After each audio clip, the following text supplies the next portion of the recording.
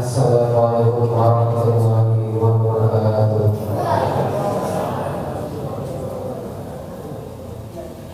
Innal hamdalillah nahmaduhu wa nasta'inuhu wa nastaghfiruh wa na'udzu billahi min shururi anfusina wa min sayyiati a'malina may yahdihillahu fala mudilla lahu wa may yudlil fala hadiya lahu.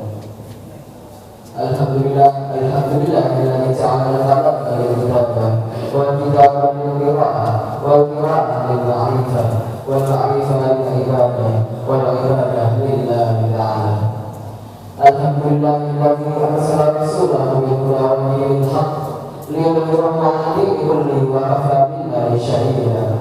Alhamdulillah alladzi an'ama 'alaina bi ni'matil iman wal islam.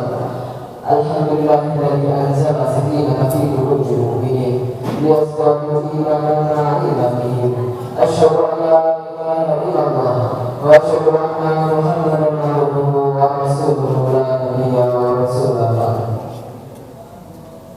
Allahumma shalli ala Muhammad wa ala alihi wa sahbihi ajma'in, amma ba'du.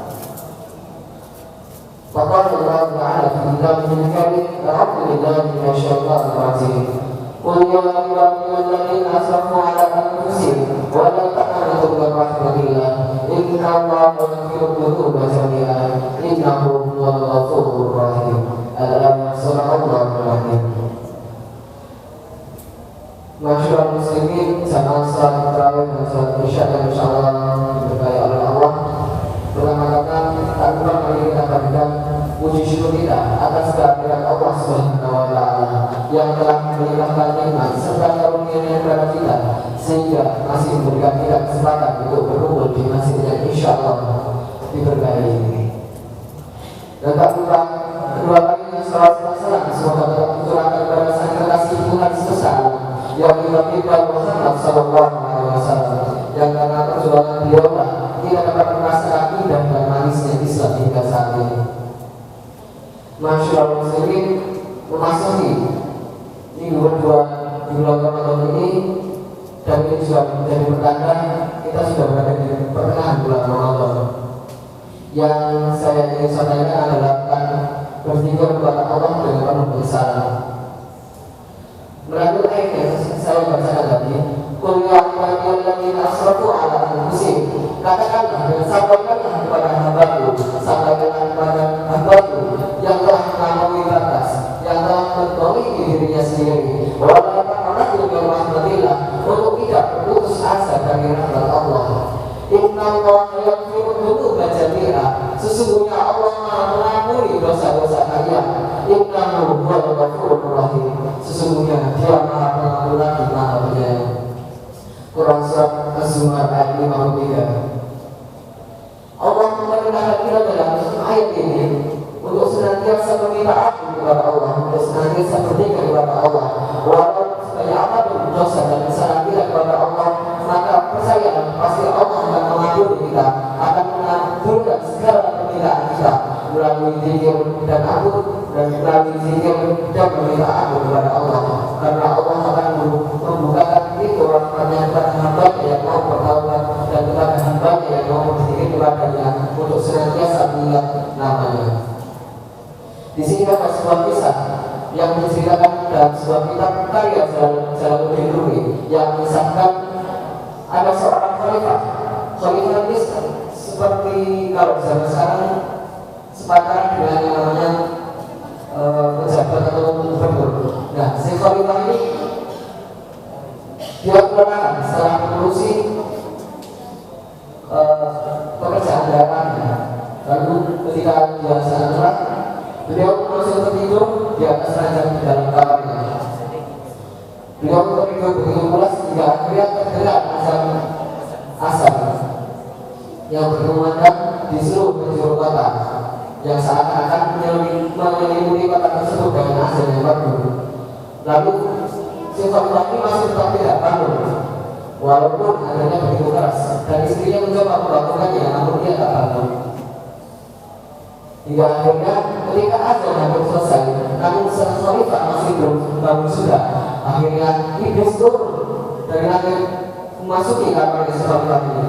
Lalu si iblis ini berkata kepada khalifah yang masih hidup, wahai khalifah, bangunlah karena azan sudah selesai, sudah saatnya kamu menegakkan sholat dan menjadi imam untuk rakyatmu. Namun khalifah ini masih tetap tertidur pulas seolah-olah tidak ada yang bisa membangunkannya. Hingga akhirnya sang iblis ini bersusah payah untuk membangunkannya. Hingga akhirnya sang khalifah ini pun terbangun dari tidurnya. Lalu dia terkejut karena yang membangunkannya bukanlah manusia, melainkan iblis. Laknatullah. Yang dimana kita tahu bahwa iblis ini selalu menyesatkan manusia dari jalan kebenaran. Namun yang anehnya kali ini iblis yang membangunkan sang khalifah untuk melaksanakan sholat asar. Betapa terkejutnya ketika sang khalifah ini melihat iblis yang membangunkannya. Lalu sang khalifah ini lalu berkata, wahai iblis, apa yang ingin kamu lakukan dalam kamarmu? Aku tidak mau mengikuti seluruh perkataanmu. Apa yang kau inginkan dari aku, wahai iblis? Lalu sang iblis itu dengan tegas berkata, sungguh ini sudah memasuki waktu asar. Ini saatnya kamu untuk melaksanakan sholat dan menjadi imam untuk rakyatmu. Dan ingatlah,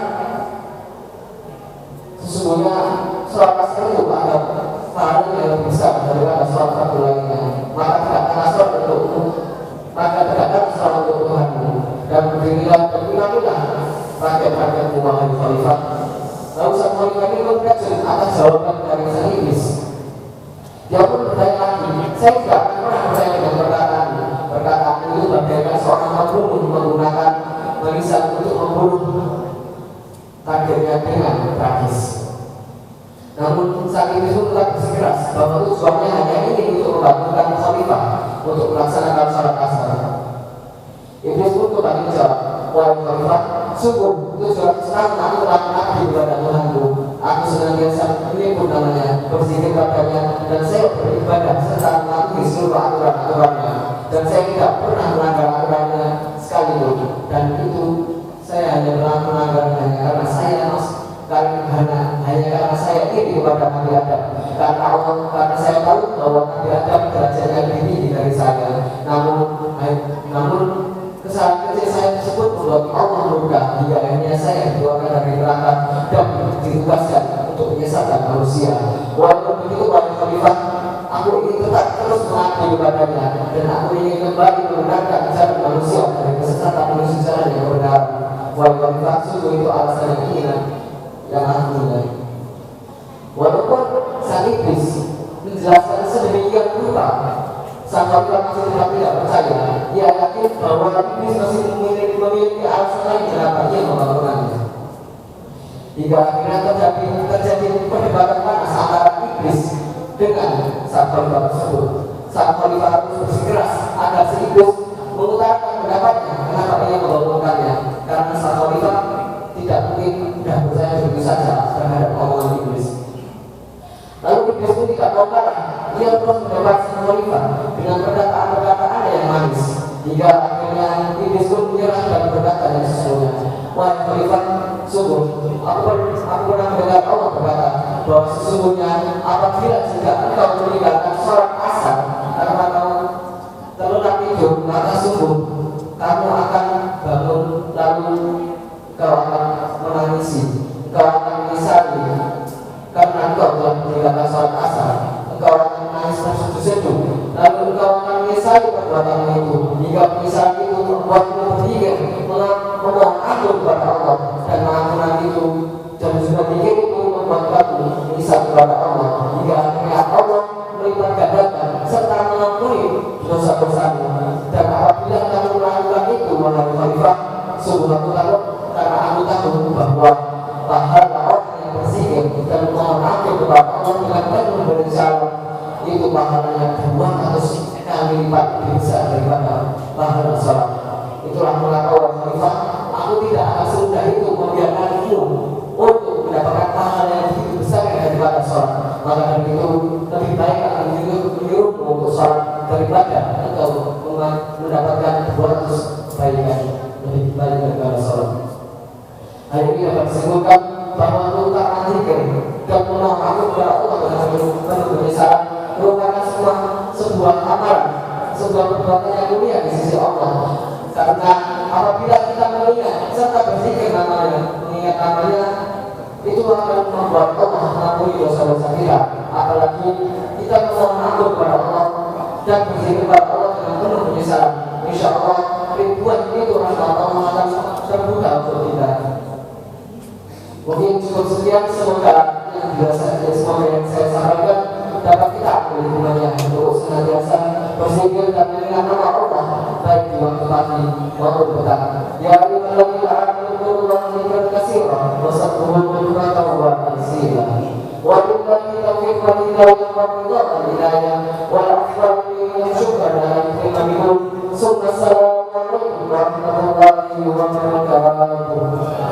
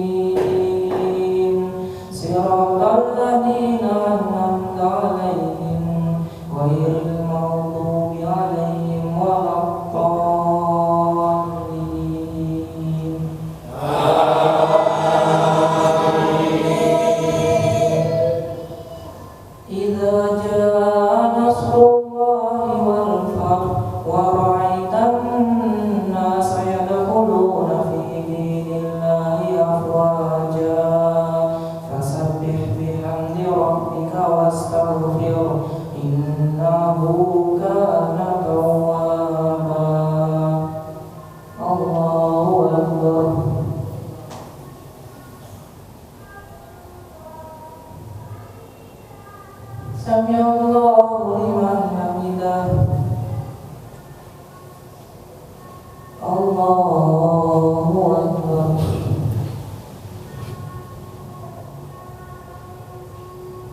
Allahu Akbar.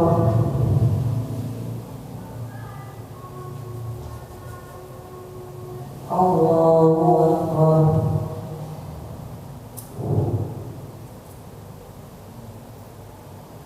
Allahu Akbar.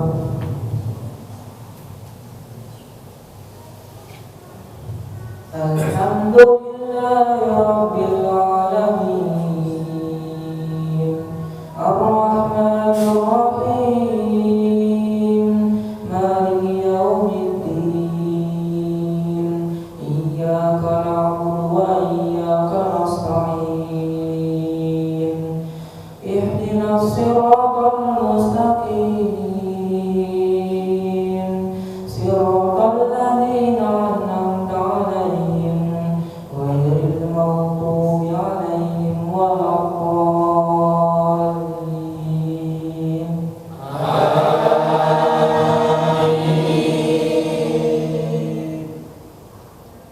Inna a'tainakal kautsar fasholli li rabbika wanhar, inna syani'aka huwal abtar. Allahu Akbar.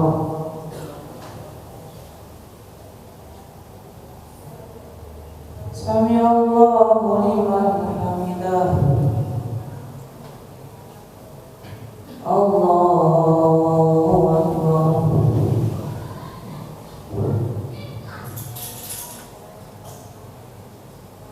Allahu Akbar.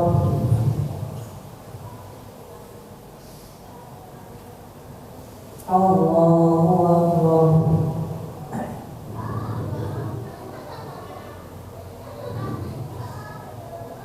Allahu Akbar.